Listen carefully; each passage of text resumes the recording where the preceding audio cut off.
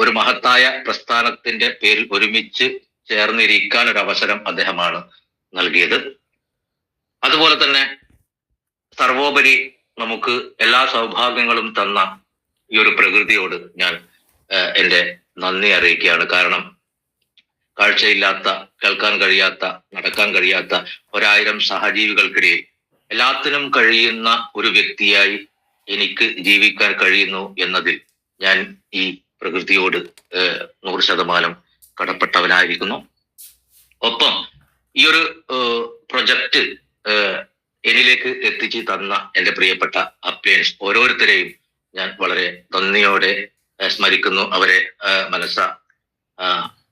എന്താ പറയാ, അവരോടുള്ള നന്ദി ഒരിക്കലും എനിക്ക് പറഞ്ഞു തരില്ല.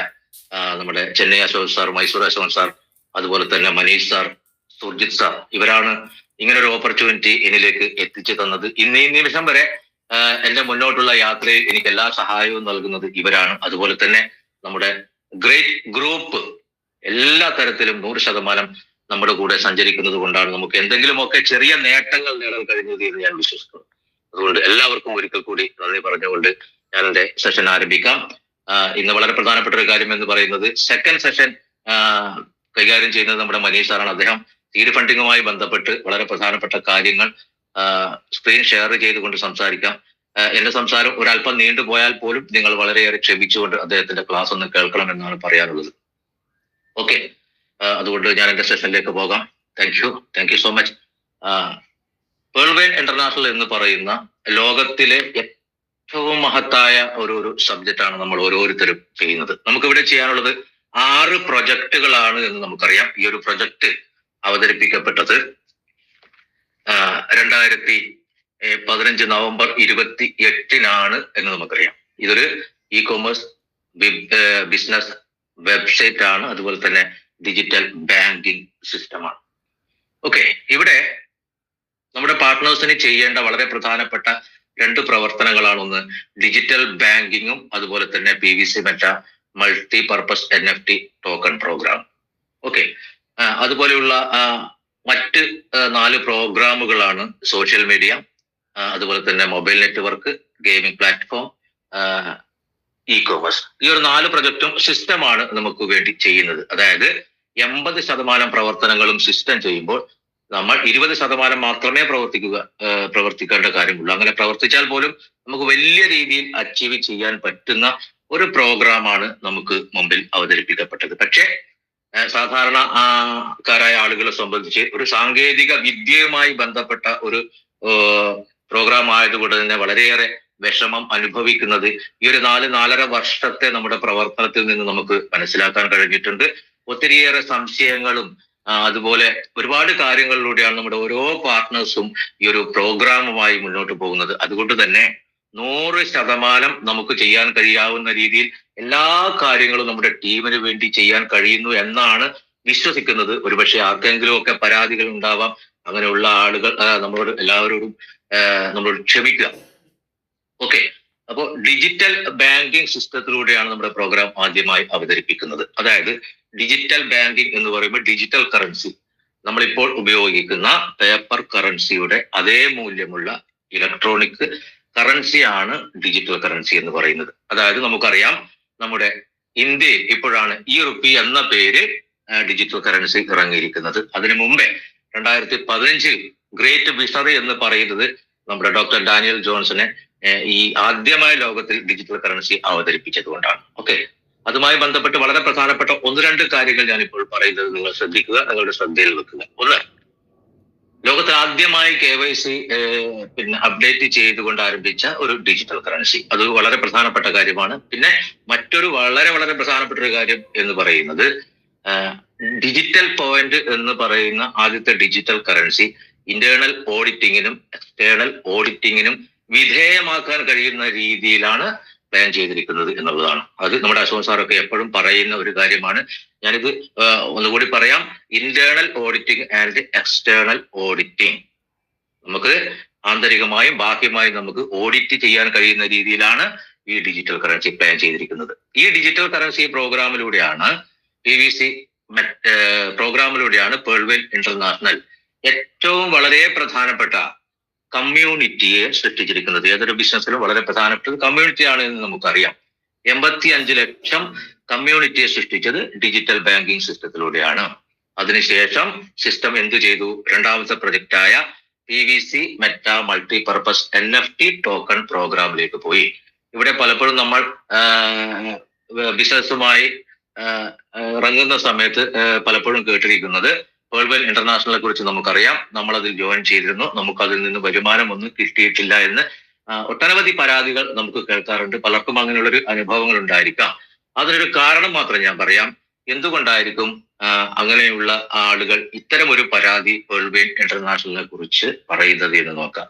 ഇവിടെ നമ്മൾ ശ്രദ്ധിക്കുക, നമ്മുടെ സിസ്റ്റം എന്ന് പറയുന്നത് 2015 മുതൽ 2025 വരെ ഒരു ലോങ് വിഷനോടുകൂടി അതിന്റെ വൈറ്റ് പേപ്പറിൽ പറഞ്ഞത് പ്രകാരം പൂർത്തീകരിക്കപ്പെടുന്ന ഒരു സിസ്റ്റമാണ്. ഇനി വരാൻ പോകുന്നത് 2025 അടുത്ത ഒരു വർഷത്തോടു കൂടി നമ്മുടെ എല്ലാ പ്രോഗ്രാമുകളും ഓപ്പൺ ആക്കാൻ പോവുകയാണ്.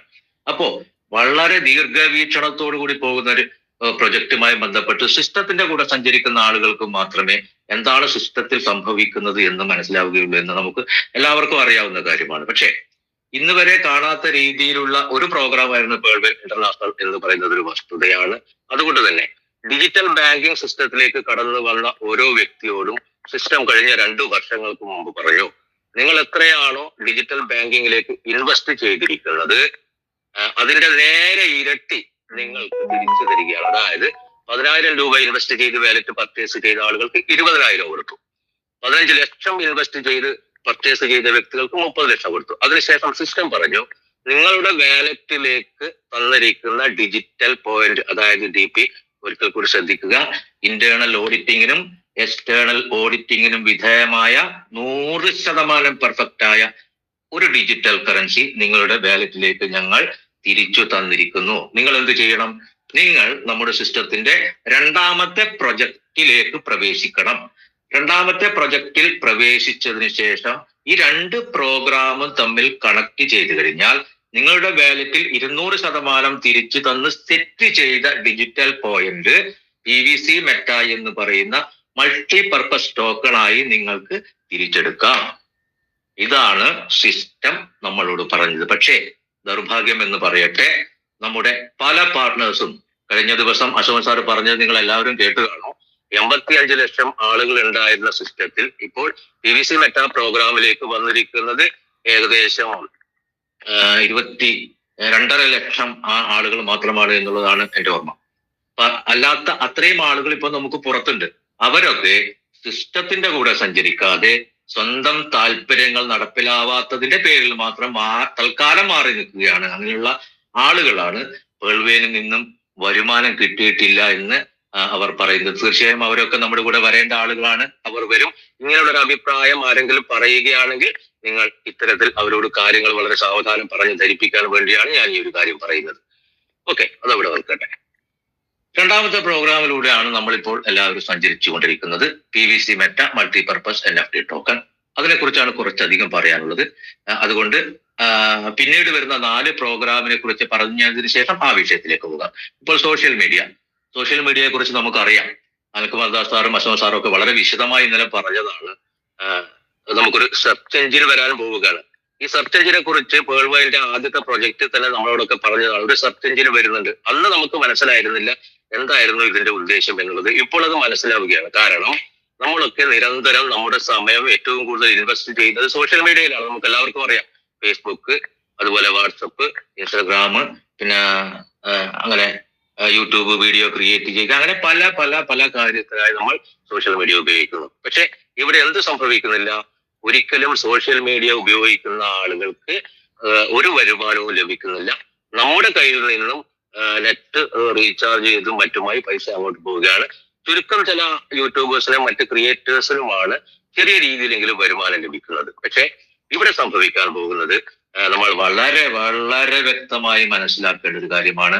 ഇന്നലെ നമ്മുടെ പ്രിയപ്പെട്ട അശോക് സാർ പറഞ്ഞു, ഒരു കസ്റ്റമർക്ക് നിങ്ങൾ ഇൻവെസ്റ്റ് ചെയ്യുന്ന സമയത്തിന് റിട്ടേൺ കൊടുക്കാൻ തീരുമാനിച്ച ലോകത്തിലെ ആദ്യത്തെ പ്രോഗ്രാമാണ് വേൾഡ് ഇന്റർനാഷണൽ എന്ന് പറയുന്നത്. ഒന്നുകൂടി ഞാൻ പറയാം, നിങ്ങൾ ഇൻവെസ്റ്റ് ചെയ്യുന്ന സമയത്തിന് ഒരു കസ്റ്റമർക്ക് ആദ്യമായി റിട്ടേൺ കൊടുക്കുന്ന ലോകത്തിലെ ആദ്യത്തെ പ്രോഗ്രാമാണ് പേൾവിൻ ഇന്റർനാഷണൽ. അതാണ് പേൾവിൻ ഇന്റർനാഷണൽ അവതരിപ്പിക്കുന്ന സെർച്ച് എഞ്ചിൻ എന്ന് പറയുന്നത്, സോഷ്യൽ മീഡിയയിലെ വളരെ പ്രധാനപ്പെട്ട ഭാഗം. ഈ സെർച്ച് എഞ്ചിൻ ഉപയോഗിച്ചുകൊണ്ട് നിങ്ങൾ ഇപ്പോൾ കാണുന്ന ഫേസ്ബുക്ക്, അതുപോലെ തന്നെ വാട്സപ്പ്, മറ്റു കാര്യങ്ങളൊക്കെ കാണുമ്പോൾ നിങ്ങൾക്ക് റിട്ടേൺ കിട്ടുകയാണ്. അപ്പോൾ സ്വാഭാവികമായിട്ടും എന്താണ് സംഭവിക്കുക സാർ? ഞാൻ നേരത്തെ പറഞ്ഞു, ഏറ്റവും ചെറിയ ആളുകളാണ് ഇപ്പോൾ PVC മെറ്റയെ കുറിച്ച് മനസ്സിലാക്കിയിരിക്കുന്നത്. ഈ സോഷ്യൽ മീഡിയയിലൂടെ നമുക്ക് ലഭിക്കുന്ന റിട്ടേൺ PVC മെറ്റ എന്ന് പറയുന്ന മൾട്ടി പർപ്പസ് ടോക്കൺ ആയിരിക്കുമ്പോൾ ഈ ഒരു സബ്ജക്ട് ലോകത്തിൽ വളരെ പെട്ടെന്ന് തന്നെ സ്പ്രെഡ് ആവുന്ന ഒരു കാഴ്ച നമുക്ക് വളരെ താമസിക്കാതെ 2025 കാണാൻ കഴിയും. അതാണ് സോഷ്യൽ മീഡിയ എന്ന് പറയുന്ന സബ്ജക്റ്റുമായി ബന്ധപ്പെട്ട് നമ്മുടെ ഗ്രേറ്റ് പാർട്ട്നേഴ്സിന് കിട്ടാൻ പോകുന്ന ഏറ്റവും വലിയൊരു അവസരം എന്ന് പറയുന്നത്. നമ്മളിവിടെ ഓർമ്മിക്കേണ്ട ഒരു കാര്യം എന്ന് പറയുന്നത്, നമ്മൾ സാധാരണ ഒരു കസ്റ്റമറേ അല്ല, നമ്മൾ ആരാണ്? മറിച്ച് നമ്മൾ ഇതിന്റെ പാർട്ട്ണറാണ്. അങ്ങനെയെങ്കിൽ ഇതിന് താഴെ നടക്കുന്ന എല്ലാ പ്രോഗ്രാമിന്റെയും ഒരു നിശ്ചിത വരുമാനം പാർട്ട്നേഴ്സുകൾ, അത് നമ്മൾ വളരെ വ്യക്തമായി മനസ്സിലാക്കുക. Okay, thank you. അതുപോലെ തന്നെയാണ് മൊബൈൽ നെറ്റ്വർക്ക് നമുക്കറിയാം, വൺ വേൾഡ് വൺ സിം.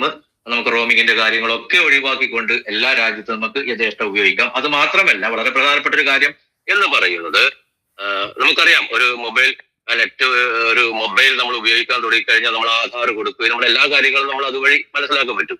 ഈ ഒരു സിസ്റ്റത്തിലെ കൂടെയുള്ള എല്ലാ ആളുകളും ഒരു കുടക്കീഴിലേക്ക് വരുന്ന നമ്മുടെ എല്ലാ ആവശ്യങ്ങളെയും തിരിച്ചറിയാൻ സിസ്റ്റത്തിന് പറ്റുന്ന ഒരു അവസ്ഥയിലേക്ക് ഈ മൊബൈൽ നെറ്റ്വർക്ക് പ്രോഗ്രാം നമ്മൾ എത്തിക്കും. അതും വളരെ വലിയൊരു കാര്യമാണ്. അതുപോലെ തന്നെയാണ് 4ാമത്തെ program mobile network gaming platform എന്ന് പറയുന്നത്. ഗെയിമിങ്ങിനെ കുറിച്ച് നമ്മളൊക്കെ നിരന്തരം കേൾക്കുന്നതാണ്. വലിയ രീതി $1 മില്യൺ ഇൻഡസ്ട്രിയാണ് ഗെയിമിംഗ് പ്ലാറ്റ്ഫോം എന്ന് പറഞ്ഞാൽ. കഴിഞ്ഞ ദിവസം നമ്മുടെ ഓഫീസിൽ വന്ന ഒരു വ്യക്തി, ഞാൻ ആദ്യമായിട്ടാണ് അങ്ങനെ ഒരു ഗെയിമിങ്ങിനെ കുറിച്ച് നമ്മൾ പറയുന്നെങ്കിൽ കൂടി കാണുന്നത്, അത്ഭുതകരമായി എനിക്ക് തോന്നി. കാരണം അത്രയും കൂടുതൽ സമയവും എനർജിയും നമ്മുടെ ഡാറ്റാസ് എല്ലാം ഇൻവെസ്റ്റ് ചെയ്തുകൊണ്ട് കളിക്കുന്ന ഗെയിമിങ്ങിൽ വളരെ വലിയ വരുമാനങ്ങൾ ഉണ്ടാക്കാൻ കഴിയുമെന്ന് അദ്ദേഹം എനിക്ക് നേരിട്ട് കാണിച്ചത് ഞാൻ അത്ഭുതപ്പെട്ടു പോയി. അങ്ങനെയുള്ള നമുക്കൊന്നും അതിനെക്കുറിച്ച് യാതൊരു കാര്യങ്ങളും അറിയില്ല, വളരെ ചെറിയ കാര്യങ്ങൾ മാത്രമേ അറിയൂ. പക്ഷെ നമ്മുടെ ഇന്നത്തെ കുട്ടികൾക്ക്, യുവാക്കൾക്ക് വളരെ വലിയ രീതിയിൽ പ്രവേശം കൊള്ളിക്കുന്ന ഒരു മേഖലയാണ് ഗെയിമിംഗ് പ്ലാറ്റ്ഫോം എന്ന് പറഞ്ഞാൽ. അതും ഈ പറയുന്ന പോലെ നമ്മുടെ താഴെ നടക്കുമ്പോൾ നമുക്ക് അതിന്റെ വരുമാനം കിട്ടിക്കൊണ്ടിരിക്കും.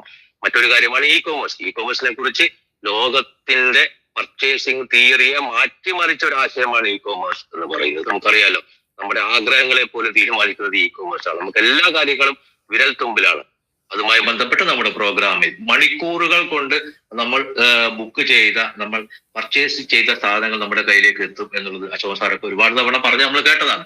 അപ്പൊ അങ്ങനെ ഒരു ഇ-കോമേഴ്സ് ബംഗി എന്ന പേരിൽ, അത് തായ്ലൻഡാണ് അതിന്റെ ഓഫീസ് എന്ന് പറഞ്ഞത്. ഇങ്ങനെ വളരെ പ്രധാനപ്പെട്ട 4 പ്രോഗ്രാമിനെ കുറിച്ച് ഞാൻ പറഞ്ഞു. പിന്നെ നമ്മളിപ്പോൾ ചർച്ച ചെയ്യുന്നത് PVC മെറ്റയെ കുറിച്ചാണ്. ഓക്കെ, PVC മെറ്റ എന്ന് പറഞ്ഞാൽ അതിന്റെ പേരിൽ സൂചിപ്പിക്കുന്നത് പോലെ ഇതൊരു മൾട്ടി പർപ്പസ് NFT ടോക്കൺ ആണ്.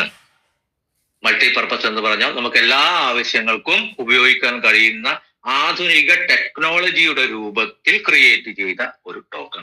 സാധാരണയുള്ള ടോക്കൺ എന്ന് പറയുന്നത് വൺ പർപ്പസ് ആണ്. ഓക്കെ, ഇവിടെ നമുക്ക് ലഭിച്ചിരിക്കുന്നത് ലോകത്തിലെ ഫ്യൂച്ചർ ഓഫ് മണി, അതുമായി ബന്ധപ്പെട്ട് പ്രവർത്തിക്കുന്ന പാർട്ട്നേഴ്സ് ആയിട്ടാണ്. ഇവിടെ നമ്മൾ മനസ്സിലാക്കേണ്ട വളരെ വളരെ പ്രധാനപ്പെട്ട ഒരു കാര്യം എന്ന് പറയുന്നത്, പലപ്പോഴും ക്രിപ്റ്റോ കറൻസി മേഖലയിലെ ഞാൻ എന്നും പറയാറുള്ളത്, ഷൂവും ചെരുപ്പും തമ്മിലൊരു വ്യത്യാസമാണ്. ക്രിപ്റ്റോ കറൻസിക്ക് വൺ പർപ്പസ് മാത്രമാണ്, അതൊന്ന് വാങ്ങുക, വിൽക്കുക. വില കുറയുന്ന സമയത്ത് വാങ്ങുകയും വില കൂടുന്ന സമയത്ത് വിൽക്കുകയും ചെയ്യാം, അല്ലെങ്കിൽ വില വർദ്ധിക്കുന്നത് വരെ നമ്മൾ വെയിറ്റ് ചെയ്യാം. ഓക്കെ, അതാണ് ക്രിപ്റ്റോ കറൻസി സംഭവിക്കുന്നത്. പക്ഷേ ടോക്കണുകൾ സംഭവിക്കുന്നത് എന്താണ്? നമുക്കത് പണം ഉപയോഗിക്കുന്നത് പോലെ ഉപയോഗിക്കാം. ഇത് ഒരു സ്റ്റാബിൾ കോയിന്റെ പെയറായിട്ടാണ് എപ്പോഴും പ്രവർത്തിക്കുന്നത്. അങ്ങനെയാണെങ്കിൽ നമ്മുടെ ടോക്കൺ പ്രവർത്തിക്കുന്നത് USDT ഡോളറുമായി ബന്ധപ്പെട്ട പെയറിലാണ് പ്രവർത്തിക്കുന്നത് എന്ന് നമുക്ക് മനസ്സിലാക്കാം. ഇവിടെ ഒരു ബാങ്കിങ് സിസ്റ്റത്തിലൂടെയാണ് ഈ ഒരു പ്രോഗ്രാമിലേക്ക് നമ്മളോട് കടന്നു വരാൻ വേണ്ടി സിസ്റ്റം നമ്മളോട് ആവശ്യപ്പെട്ടിരിക്കുന്നത്. ബാങ്കിങ് സിസ്റ്റത്തിനെ കുറിച്ച് നമുക്കറിയാം. എന്താണ് നമ്മൾ ബാങ്കിങ് സിസ്റ്റത്തിൽ ചെയ്യേണ്ടത്? നമുക്കൊരു അക്കൗണ്ട് ഓപ്പൺ ചെയ്യണം. അതിനുശേഷം ബാങ്കിൽ നടക്കുന്ന ബിസിനസ് എന്താണ്? ഒന്നുകിൽ ലോൺ നമുക്ക് അപ്ലൈ ചെയ്യാം, അല്ലെങ്കിൽ ഇൻവെസ്റ്റ് ചെയ്യാം. അങ്ങനെ 2-3 പ്രോഗ്രാമുകളാണ് ബാങ്കിങ് നടക്കുന്നത്. അതേപോലെ തന്നെയാണ് ഡിജിറ്റൽ ബാങ്കിങ് സിസ്റ്റത്തിലും നടക്കുന്നത്. ഇവിടെ നമുക്ക് കിട്ടുന്ന വലിയൊരു അവസരം ആണ് സാധാരണ ബാങ്കിങ്ങിൽ നിന്നും നമ്മളെ വ്യത്യസ്തരാക്കുന്നത് എന്ന് നമുക്ക് മനസ്സിലാക്കാം. സാധാരണ ബാങ്കിൽ നമുക്ക് വളരെ ചെറിയ രീതിയിൽ മാത്രമാണ് റിട്ടേൺ ലഭിക്കുന്നത്. ഇവിടെ വലിയ രീതിയിൽ നമുക്ക് റിട്ടേൺ ലഭിക്കും. ഇവിടെ നമുക്ക് ഒരു അക്കൗണ്ട് ഓപ്പൺ ചെയ്യാൻ വേണ്ടി സാധാരണ ഏകദേശം ഒരു 1000 ടോക്കൺ ഹോൾഡ് ചെയ്തുകൊണ്ട് നമുക്ക് ഒരു അക്കൗണ്ട് ഓപ്പൺ ചെയ്യാൻ കഴിയുമെന്ന് നമുക്ക് എല്ലാവർക്കും അറിയാം. അതിനെയാണ് സീഡ് ഫണ്ടിങ് എന്ന് പറയുന്നത്. സാധാരണ ബാങ്കിങ്ങിൽ ഒരു അക്കൗണ്ട് അതിൽ ഷെയർ വാങ്ങിക്കുന്നത് പോലെ അതിന് സീഡ് ഫണ്ടിങ് എന്ന് പറയുന്നു. അതിനുശേഷം നമുക്ക് എന്ത് ചെയ്യാം? റെഫറൽ മാർക്കറ്റിംഗ് ചെയ്യാം. ഓക്കെ, റെഫറൽ മാർക്കറ്റിംഗ് ലോകത്തിലെ ഏറ്റവും പവർഫുൾ ആയ ഒരു പ്രോഗ്രാമാണ്. അല്ലെങ്കിൽ നമുക്ക് ഒരു ഇൻവെസ്റ്റർ ആയി മാറാം. കാരണം നമ്മുടെ കയ്യിലുള്ള പണത്തിനെ വർദ്ധിപ്പിക്കുവാനുള്ള സൊല്യൂഷൻ നമുക്ക് സിസ്റ്റം പറഞ്ഞു തന്നിട്ട് നമുക്കത് ചെയ്യാം. പിന്നെ ഒരല്പം കൂടി വേഗതയിൽ വർദ്ധിപ്പിക്കാനുള്ള ഒരു പ്രോഗ്രാമാണ് മറ്റൊന്ന് ഏർലി ബേർഡ് ഓഫർ എന്ന് പറയുന്നത്. ഇങ്ങനെ 3 തരത്തിൽ നമുക്ക് ഈ സിസ്റ്റത്തിൽ പ്രവർത്തിക്കാം. അത് ഏത് വേണം എന്നുള്ളത് നമുക്ക് ചൂസ് ചെയ്യാം. എല്ലാ പ്രോഗ്രാമിനും അതിൻ്റെതായ ഒരു വലിയ പവർ ഉണ്ട് എന്ന് നമുക്ക് എല്ലാവർക്കും അറിയാവുന്നതാണ്. അപ്പൊ അങ്ങനെയാണെങ്കിൽ നമുക്ക് ഇതിൽ ലഭിക്കുന്ന റിട്ടേണിനെ കുറിച്ച് ഒന്ന് പറഞ്ഞു നോക്കാം. സാധാരണഗതിയിൽ നമ്മുടെ ഈ സിസ്റ്റത്തിൽ ഏത് പ്രോഗ്രാമിനും നമ്മുടെ മെച്യൂരിറ്റി ടൈം, അതായത് കാലാവധി എന്ന് പറയുന്നത്, കാലയളവ് എന്ന് പറയുന്നത് 1000 ദിവസമാണ്. അത് ഏത് പ്രോഗ്രാമിനും, അതായത് 33 മാസമാണ്. ഓക്കെ, അത് സീഡ് ഫണ്ടിങ്ങിലായാലും ശരി, ടോക്കൺ ഫാമിങ്ങിലായാലും ശരി. ഇവിടെ ടോക്കൺ ഫാമിങ്ങിൽ നമ്മളെ സംബന്ധിച്ച് ഒരു വ്യക്തിക്ക് റിട്ടേൺ കിട്ടുന്നത് 1000 ദിവസം റിട്ടേൺ കിട്ടുന്നത് 0.20 ആണ്. റിട്ടേൺ കിട്ടുന്നത് ഒന്നുകൂടി ശ്രദ്ധിക്കുക, 0.20 ആണ് റിട്ടേൺ കിട്ടുന്നത്. അതായത് 1 ലക്ഷം രൂപ ഇൻവെസ്റ്റ് ചെയ്യുന്ന ഒരു വ്യക്തിയാണെങ്കിൽ അദ്ദേഹത്തിന് 0.20 വെച്ച് ഒരു ദിവസം 200 രൂപ ലഭിക്കും.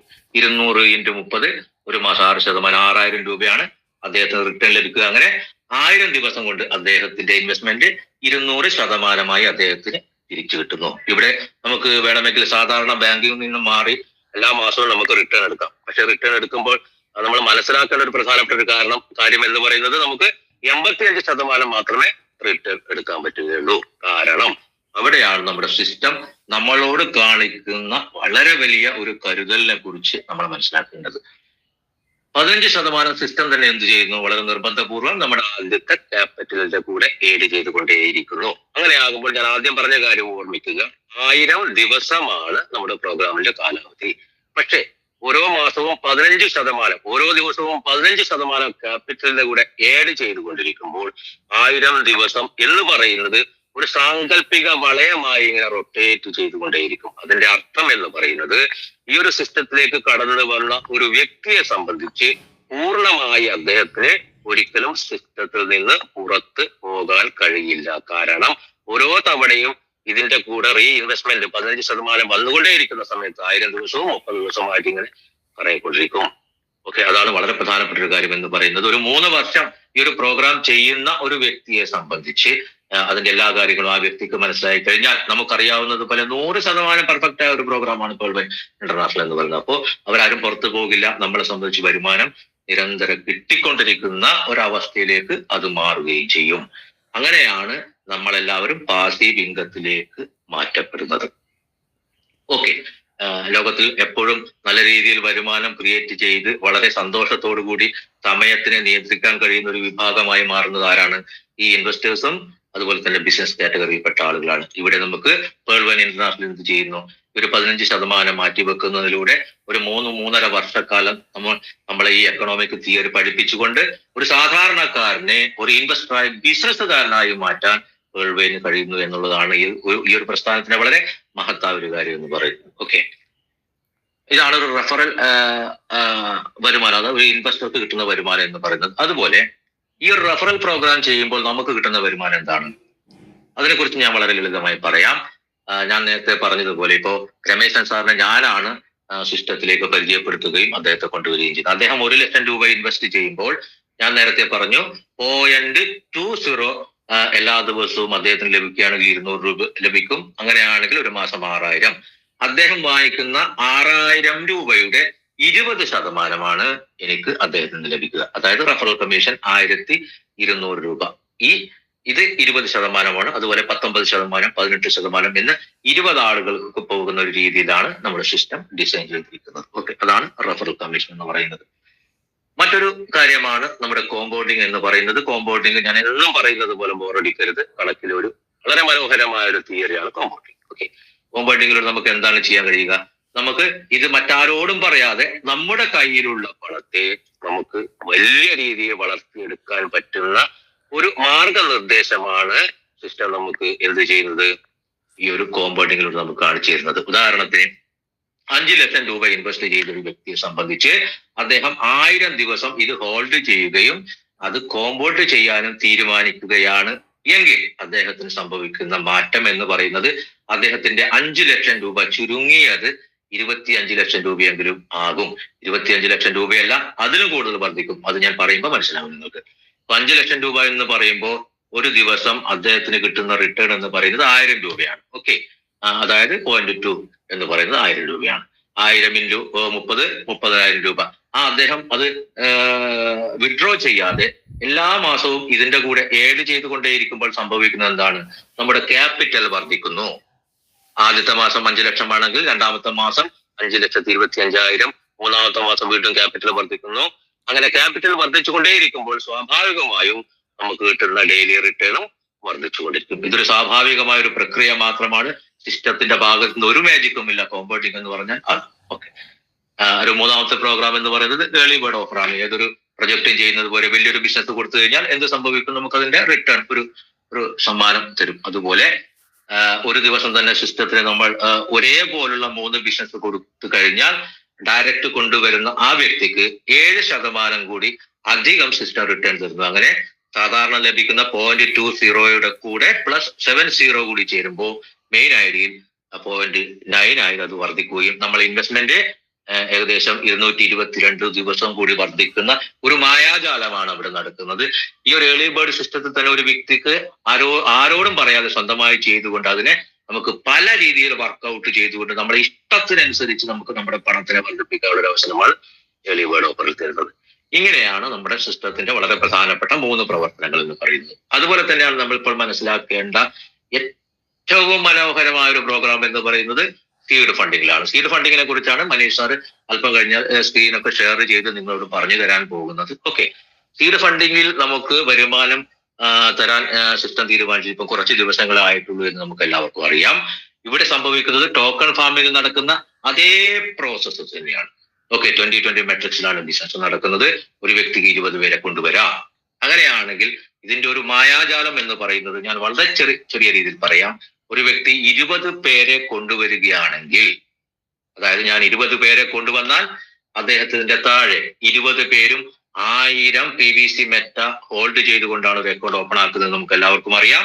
അങ്ങനെയാണെങ്കിൽ നമ്മുടെ ഫസ്റ്റ് ലെവലിൽ 20,000 PVC മെറ്റ ഹോൾഡ് ചെയ്യപ്പെട്ടിട്ടുണ്ടാവും. ഓക്കെ, അങ്ങനെയാണെങ്കിൽ 20 പേരും വീണ്ടും 20 പേരെ കൊണ്ടുവരികയാണെങ്കിൽ എന്ത് സംഭവിക്കും? നമ്മുടെ സെക്കൻഡ് ലെവലിൽ 400 പേരുണ്ടാവും. 400 പേരും 1000 PVC മെറ്റ ഹോൾഡ് ചെയ്യുകയാണെങ്കിൽ നമുക്ക് നമ്മുടെ സെക്കൻഡ് ലെവലിൽ 4 ലക്ഷം PVC മെറ്റ ഹോൾഡ് ചെയ്യും. ആ 4 ലക്ഷം PVC മെറ്റയുടെ 19% സർ എനിക്ക് ലഭിക്കാൻ പോകുന്നത്.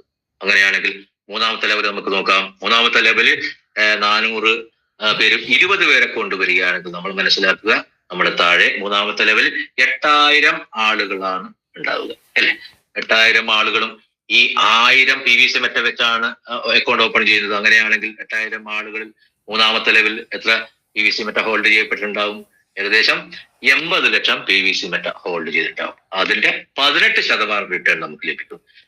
ഞാൻ ഒരു ലെവലും കൂടി പറഞ്ഞിട്ട് അവസാനിപ്പിക്കാം. നാലാമത്തെ ലെവലിൽ അങ്ങനെയാണെങ്കിൽ 8000 ഇൻറ്റു 20 പേർ 1,60,000 പേരുണ്ടാവും. ഈ 1,60,000 പേരും 1000 PVC മെറ്റ മാത്രം ഹോൾഡ് ചെയ്തുകൊണ്ട് വന്നാൽ പോലും നമ്മുടെ അഞ്ചാമത്തെ ലെവലിൽ നമ്മൾ മനസ്സിലാക്കേണ്ടത് 16 കോടി PVC മെറ്റയുടെ ഹോൾഡിംഗ് ആണ് നമുക്ക് നടക്കുക. അതിന്റെ 17% നമുക്ക് റിട്ടേൺ ലഭിക്കും. ഇപ്പോ നമ്മൾ ചിന്തിക്കുന്നുണ്ടാവും, ഇതൊരു അത്ഭുതകരമായ പ്രവൃത്തിയല്ലേ, ഇതൊക്കെ അസംഭവ്യമല്ലേ, എല്ലാവരും 20 പേരെ കൊണ്ടുവരുമോ? ഇവിടെ നമ്മൾ മനസ്സിലാക്കേണ്ട ഒരു കാര്യം, നമ്മുടെ ഗ്രൂപ്പിലൂടെ നമ്മൾ കണ്ടിരിക്കുമല്ലോ ഇന്നലെ 25,000 ഹോൾഡ് ചെയ്ത ആളുകളുണ്ട്, 5,000 ഹോൾഡ് ചെയ്യുന്ന ആളുകളുണ്ട്, 10,000 ഹോൾഡ് ചെയ്യുന്ന ആളുകളുണ്ട്. ഇവരൊക്കെ നമ്മുടെ ഡയറക്റ്റ് മൂന്നാമത്തെ ലെവലിലൊക്കെ വരുന്നതാണ്. അപ്പോ ഈ ഒരു എണ്ണം എന്ന് പറയുന്നത് നമുക്ക് അത്ഭുതപ്പെടേണ്ട ഒരു കാര്യമേ അല്ല. സിസ്റ്റത്തിന്റെ തിയറി മാത്രമാണ് ഞാനിത് പറഞ്ഞിരിക്കുന്നത്. അപ്പോൾ നമ്മൾ സീഡ് ഫണ്ടിങ്ങിൽ ഒരു അത്ഭുതകരമായ പ്രവർത്തനമാണ് നടക്കുന്നത്. ഓക്കെ, ഇതാണ് നമ്മുടെ പേൾവെൽ ഇന്റർനാഷണലായിട്ട് ബന്ധപ്പെട്ട വളരെ പ്രവർത്തനങ്ങൾ ഞാൻ വളരെ ചുരുക്കി പറയുന്നത്. ഇനി പറയാൻ പോകുന്നത് വളരെ പ്രധാനപ്പെട്ട മറ്റ് ചെറിയ കാര്യങ്ങളാണ്. ഞാനൊരു 5, 10, 15 മിനിറ്റ് പറഞ്ഞ് ഞാൻ ആ ഒരു ഭാഗം അവസാനിപ്പിക്കും. ഓക്കെ, നമ്മളെപ്പോഴും ഫീൽഡിൽ പോകുന്ന സമയത്ത് പല രീതിയിലുള്ള ചോദ്യങ്ങളൊക്കെ നമ്മൾ കേൾക്കാറുണ്ട്. എല്ലാം കണക്ക് തന്നെ, ഒരു സാമാന്യവൽക്കരണം, എല്ലാം കണക്ക് തന്നെ. കഴിഞ്ഞ തവണ വന്നയാളും പറഞ്ഞത് ഇതുപോലെയാണ്, നിങ്ങളും പറയുന്നത് ഇതുപോലെയാണ്, ഇത് പോകില്ല. പക്ഷെ നമ്മൾ മനസ്സിലാക്കണം, ഡിയർ പാർട്ട്നേഴ്സ്, എന്തുകൊണ്ട് PVC മെറ്റ, അതായത് പേൾ ഇന്റർനാഷണൽ നമുക്ക് അത്രയും വിശ്വസിക്കാൻ പറ്റുന്ന ഒരു പ്രോഗ്രാമാണ് എന്ന് നമുക്ക് മനസ്സിലാക്കണം. പിന്നെ അത് മാത്രമല്ല, ഇന്നലെ അശോകൻ സാറ് പറഞ്ഞ വളരെ പ്രധാനപ്പെട്ട ഇന്നലത്തെ ക്ലാസ്സിൽ നിങ്ങൾ കേട്ടിട്ടുണ്ടാവും. IRS കുറിച്ച് സാറ് പറഞ്ഞു. IRS എന്ന് പറയുന്നത് നമ്മുടെ പ്രത്യക്ഷ നികുതിയും പരോക്ഷ നികുതിയും ഒക്കെ പരിശോധിക്കുന്ന രാജ്യത്തിലെ തന്നെ വളരെ വളരെ പ്രധാനപ്പെട്ട ഒരു ഫോമാണ് IRS എന്ന് പറയുന്നത്. ഇപ്പം അതിൽ നമുക്ക് പെട്ടെന്ന് മനസ്സിലാവാൻ, സിനിമ കാണുന്ന ആളുകളാണെങ്കിൽ ബിജു മേനോൻ അഭിനയിച്ച ഒരു ഷെർലക് ഹോംസ് എന്ന് പറയുന്ന സിനിമ നിങ്ങൾ കണ്ടാൽ എന്താണ് IRS, അതിന്റെ പ്രവർത്തന രീതികൾ എന്ന് നമുക്ക് മനസ്സിലാക്കും. IRS എന്ന് പറയുന്നത് നമ്മുടെ ഒരു രാജ്യത്ത് അതിന്റെ നികുതി ഘടനയിലെ എല്ലാ കാര്യങ്ങളും നിർവഹിക്കുന്നത് ആരാണ്? IRS ആണ് തീരുമാനിക്കുക. അതിന്റെ എല്ലാ നിയമങ്ങളും എല്ലാ കാര്യങ്ങളും. അത് 100% പെർഫെക്റ്റ് ആയാൽ മാത്രമേ എന്ത് സംഭവിക്കൂ? ഒരു പ്രസ്ഥാനത്തിന് ആ രാജ്യത്ത് നിലനിന്ന് പോകാൻ കഴിയുകയുള്ളൂ. ഇവിടെ നമുക്കറിയാം, ക്രിപ്റ്റോ കറൻസി മേഖല എന്ന് പറയുന്നത് പൂർണ്ണമായും റെഗുലേറ്റ് ചെയ്യപ്പെടാത്ത, ഇപ്പോഴും ഒരുപാട് പ്രശ്നങ്ങളുള്ള ആ രീതിയിൽ കടന്നു പോകുന്ന ഒരു സംഭവമാണെന്നും ഇവിടെ എല്ലാ രാജ്യത്തും അതിന്റെ റെഗുലേഷൻ വരാൻ പോവുകയാണെന്നൊക്കെ നമ്മൾ പലപ്പോഴും ചർച്ച ചെയ്തതാണ്. അതുമായി ബന്ധപ്പെട്ട് ഡാവോയെ പറ്റി നമ്മൾ പറഞ്ഞു, അതൊക്കെ ചെയ്തതാണ്. ഇവിടെ നമ്മൾ മനസ്സിലാക്കേണ്ടത്, US പോലുള്ള ലോകത്തിലെ നമ്പർ 1 രാജ്യത്തെ ഈ ഒരു IRS എന്ന് പറയുന്ന ആ ഒരു രീതിയിലുള്ള എല്ലാ നികുതിവൽക്കരണങ്ങളെയും അംഗീകരിച്ചുകൊണ്ട് മാത്രമാണ് പേൾവെയിൻ ഇന്റർനാഷണൽ നിലവിൽ വന്നത്. അതാണ് ഞാൻ ആദ്യം പറയുമ്പോൾ ഒരു വളരെ പ്രധാനപ്പെട്ട ഒരു പോയിന്റ് ഓർത്തു വെക്കണമെന്ന് പറഞ്ഞത്. DPA സംബന്ധിച്ച് ഇന്റേണൽ ഓഡിറ്റിങ്ങിനും എക്സ്റ്റേണൽ ഓഡിറ്റിങ്ങിനും വിധേയമായ ഒരു പ്രൊജക്റ്റാണ് എന്ത്? ഡിജിറ്റൽ കറൻസി എന്ന് പറയുന്ന നമ്മുടെ DPA എന്ന് പറയുന്നത്. അത് തന്നെയാണ് സുഹൃത്തുക്കളെ IRS എന്ന് പറയുന്ന വളരെ ഇന്റർനാഷണൽ റവന്യൂ സർവീസ് പരിശോധിക്കുന്ന വളരെ വളരെ പ്രധാനപ്പെട്ട ഒരു കാര്യം എന്ന് പറയുന്നത്. അതിന് പ്രകാരം തന്നെയാണ് ഡാവോയിൽ രജിസ്റ്റർ ചെയ്താണ് പേൾവെയിൻ ഇന്റർനാഷണൽ എന്ന് പറയുന്നത്. ഈ ഡാവോയിൽ രജിസ്റ്റർ ചെയ്യണമെങ്കിൽ എന്ത് വേണം? ഞാൻ കഴിഞ്ഞ തവണ പറഞ്ഞതുപോലെ ഇതൊരു ഓപ്പൺ ലെഡ്ജറാണ്. ഇതിന്റെ എല്ലാ നിയമങ്ങളും പാലിച്ചില്ലെങ്കിൽ ഇത് ഫ്രീസായി പോകുന്ന ഒരു സംഭവമാണ് ഡാവോ എന്ന് പറയുന്നത്. അപ്പൊ അങ്ങനെ ഡാവോയിൽ നമ്മൾ വളരെ പ്രധാനപ്പെട്ട ഒരു കാര്യം എന്ന് പറയുന്നത്, അത് ലിസ്റ്റ് ചെയ്യപ്പെടണം, അതിന് ലിക്വിഡിറ്റി ഉണ്ടാവണം. ലിക്വിഡിറ്റി എന്ന് പറഞ്ഞാൽ നമ്മൾ ഇതിനെക്കുറിച്ച് വളരെ നന്നായി തിയറികളൊക്കെ അറിയുന്ന ആളുകൾ നമ്മുടെ ഗ്രൂപ്പിൽ ഉണ്ടാവാം. പക്ഷെ വളരെ സാധാരണ ഒരു മനുഷ്യൻ എന്നുള്ള രീതിയിൽ ഞാൻ മനസ്സിലാക്കിയ കാര്യങ്ങളാണ് പറയുന്നത്. ലിക്വിഡിറ്റി എന്ന് പറഞ്ഞാൽ നമ്മളൊരു പ്രോഡക്റ്റ്, അത് ക്രിപ്റ്റോ കറൻസി ആയിക്കോട്ടെ, ഡിജിറ്റൽ കറൻസി ആയിക്കോട്ടെ, എന്തുമായിക്കൊള്ളട്ടെ, ആ ഒരു കാര്യം ജനങ്ങളെ ഇടയിലേക്ക് നമ്മൾ തുറന്നു വിട്ടു കഴിഞ്ഞാൽ അതിനൊരു മൂല്യം ഉണ്ടാവും. ആ ഒരു സാധനം ഡിമാൻഡ് ആൻഡ് സപ്ലൈ വാങ്ങുകയും വിൽക്കുകയും ചെയ്യുമ്പോഴാണ് ഒരു ബിസിനസ് മുന്നോട്ട് പോകുന്നത് എന്ന് നമുക്കറിയാം. ഇവിടെ ക്രിപ്റ്റോ കറൻസി മേഖലയിൽ വളരെ പ്രധാനപ്പെട്ട ഒരു പങ്ക് വഹിക്കുന്നത് എക്സ്ചേഞ്ചുകളാണെന്ന് നമുക്കറിയാം. ഒരു എക്സ്ചേഞ്ചിൽ ഒരു പ്രൊഡക്റ്റ് ജനങ്ങളുടെ കയ്യിൽ ഉണ്ടായി കഴിഞ്ഞാൽ എന്ത് സംഭവിക്കണം? അത് വിൽക്കുകയും അത് വാങ്ങുകയും നടക്കണം. എന്നാൽ മാത്രമേ ആ ഒരു പ്രോഗ്രാം മുന്നോട്ട് പോകുള്ളൂ. അങ്ങനെയാണെങ്കിൽ എന്ത് ചെയ്യണം? ഒരു പ്രൊഡക്റ്റിന്റെ ടോട്ടൽ വാല്യൂ, അതായത് ഒരു 10 ലക്ഷം രൂപയുടെ പ്രൊഡക്റ്റ് ആണ് നമ്മൾ പുറത്ത് മാർക്കറ്റിൽ ഉള്ളതെങ്കിൽ ആ ഒരു 10 ലക്ഷം രൂപ എന്ത് വേണം? ഈ ഒരു എക്സ്ചേഞ്ചിൽ ഉണ്ടായിരിക്കണം. എന്നാലും മാത്രമേ എന്ത് സംഭവിക്കുകയുള്ളൂ? വിൽക്കുന്ന ആളുകൾക്ക് പണം കിട്ടുകയുള്ളൂ. അല്ലെങ്കിൽ എന്ത് സംഭവിക്കും? ഞാൻ ഇപ്പൊ ടോക്കൺ വിറ്റു, വാങ്ങാൻ ആളില്ലെങ്കിൽ എക്സ്ചേഞ്ചിന് പൈസ കൊടുക്കാൻ പറ്റില്ല. പക്ഷെ ഇതിന്റെ പേരായി ലിക്വിഡിറ്റി, കൃത്യമായ പണം ഉണ്ടായിരിക്കണം. അങ്ങനെ ലിക്വിഡിറ്റി ഉള്ള പ്രോഗ്രാമിന് മാത്രമേ ഡാവോയിൽ രജിസ്റ്റർ ചെയ്യാൻ കഴിയുള്ളൂ. വളരെ പ്രധാനപ്പെട്ട ഒരു കാര്യമാണ്.